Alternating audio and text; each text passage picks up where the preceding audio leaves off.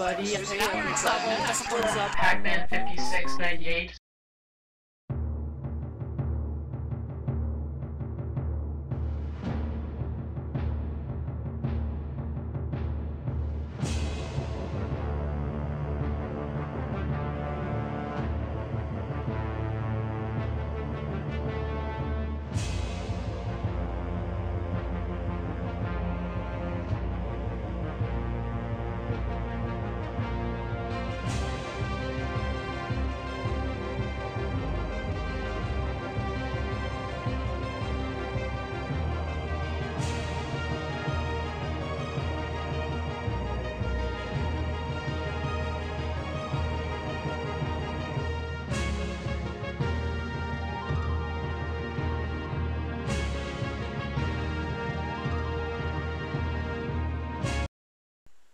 Hello everybody, this is Pac-Man 5698, and thank you Schneider. For once I have a request that is not a Godzilla Unleashed request, but instead it's a request to take a further look, a bigger look at my Ebirah plushie here. Now, if you don't know, all major Godzilla fans should know this. Ebirah first made his debut in, sorry, he's got some dust on there, but Ebirah first made his debut in the 1966 movie Godzilla vs. the Sea Monster, or Ebirah, Horror of the Deep, and he's also appeared in stock footage in Godzilla's Revenge, and he made a short cameo in Godzilla Final Wars. Again, you can see that there's some dust on him, but overall this plushie isn't really movie accurate, but then again, it's a plushie. What would you expect? It's like, they're not really known for being that accurate. But it's interesting. There are very few action figure Ebirah toys you can find, and this is one of the few ones you can. And for the most part, they got designed still fairly well. However, one little gripe I have is that both claws, as you can see here, are exactly the same. They're the same length, but however in the movie, one was wider for attacking and the other was thinner for scooping up victims. So they're both the same, and I really don't get these triangles here. What's the point of that? But he actually has some good, and I don't know, sensors. I think I'll call them sensors because that's how I think shrimp feel. In fact, I think it's ebi that means shrimp.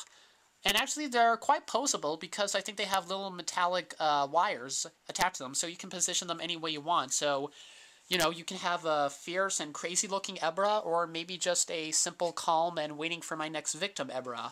You can see that the tag is still attached. Yeah, I still keep my tags attached to my Godzilla toys. This is from Toy Vault. Who do you know? What do you know? And you have the legs here, though they are a bit short, but I'm glad that they even include the little claw feet that lobsters always have.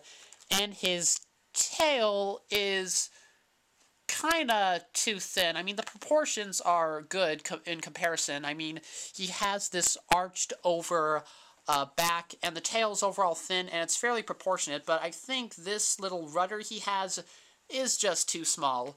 And however, one interesting thing is that when you turn over, he even has, I think that these are supposed to be gills, how he breathes underwater. And you also have some weird, kind of cheap-looking lines, but then again, it's a plushie. I think it's more for cute value. But somehow they were able to get a weird-looking plushie, not really that movie accurate, but it's still interesting. He has the typical stuff, beads for eyes.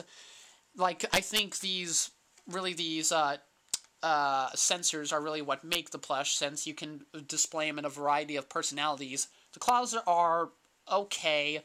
The feet are fairly well done. The tail is a little bit awkward, especially with more of these triangles, but it's fairly proportionate. I also love how he's hunched over, keeping him with the movie, and he's not usually I think in the movie he was like this, since he had to go, like, above water so much, his tail was downwards, and he even has some nice skills, so I can't really grade this thing, but if you're a big Ebirah fan, and if you want to check out the plushie, then go ahead and give it a buy. I don't think that it's that expensive, but yeah, Ebirah here, I'm glad I bought him. I'll be keeping him. So yeah, that's my insight into plush Ebirah. And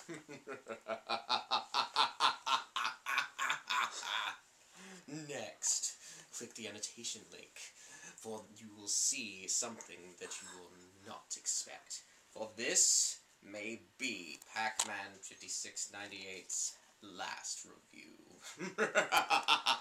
Oh, shut up.